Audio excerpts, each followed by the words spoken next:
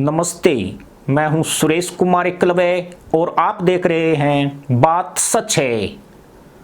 दुनिया की दूसरी सबसे बड़ी अर्थव्यवस्था में शुमार चीन के हालात दिन प्रतिदिन खराब होते जा रहे हैं। आज चीन एक नई कई तरह के संकटों से जूझ रहा है। यह संकट ऐसे वक्त चीन के लिए भस्मासुरी बने हैं जब पूरी दुनिया में इकोनॉमिक क्राइसिस की चिंता जाहिर की जा रही है। दावे तो यहां तक किए गए हैं कि ड्रैगन अपने सबसे खराब दौर की तरफ बढ़ रहा है और इस देश में बहुत कुछ ठीक नहीं है। हालांकि चीन ने अपने आर्थिक हालात की जानकारी छुपाने के भरसक प्रयास किए हैं, लेकिन उसके कई ऐसे संकट आज खुलकर सामने हैं। यह संकट मामूली नहीं है, बल्कि चीन के सूर्य के क्षितिज की ओर बढ़ने का साफ संकेत है। चीन में जो सबसे बड़ा संकट बताया जा रहा है वह रियल एस्टेट का संकट है। रियल एस्टेट सेक्टर कर्ज में डूबा हुआ है। इस वजह से बड़े बड़े अरबपतियों की संपत्ति आधी हो गई है।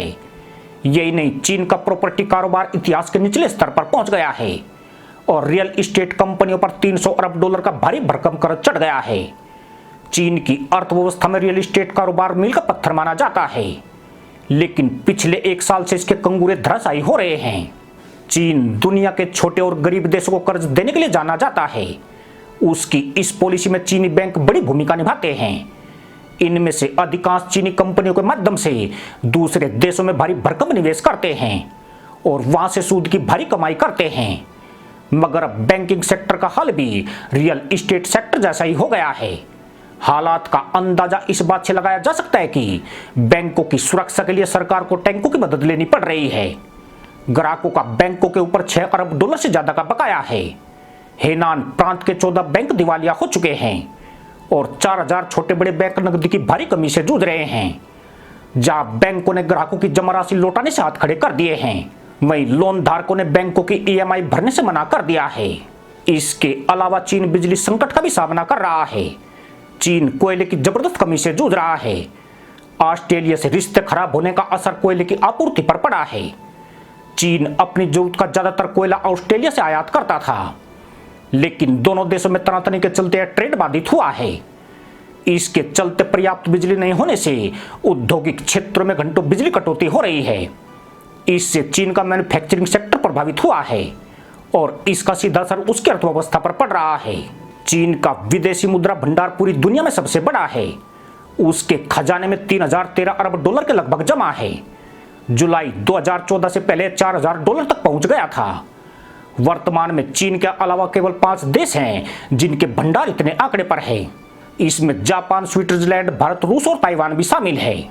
चीन के पास विशाल विदेशी मुद्रा भंडार जरूर है, मगर उसका कर्ज भी एक अलग संकट है।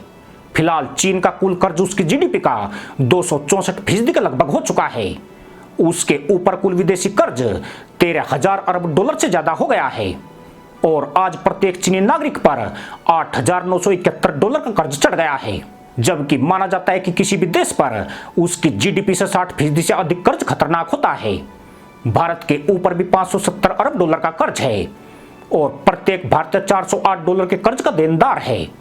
यानी चीन जितना चमचमाता नजर आता है, वह भी कर्ज लो और घी पियो की नीति को अपनाता आया है और उसकी यही नीति आने वाले वक्त में उसकी लुटिया डुबोने का कारण बनने वाली है। अब अगर चीन का बेड़ा गर्क होता है तो उसका हसर श्रीलंका या जिम्बाब्वे से भी ज्यादा घातक हो सकता है, क्योंकि चीन अकेला नहीं डगमगाएगा।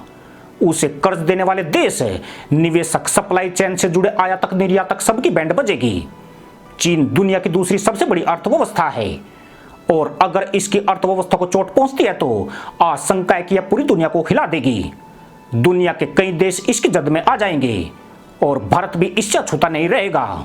संभवतः आईएमएफ ने इसी डर से भारत की विकास दर को चालू वित्त वर्ष के लिए आर्थिक विकास दर के अनुमान को 8.2% से घटाकर 7.4% कर दिया है।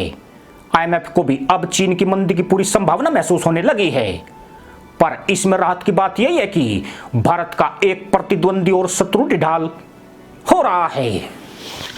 इसी के साथ अनुमति दोस्तों, जय जवान, जय किसान, जय हिंद, वंदे मातरम।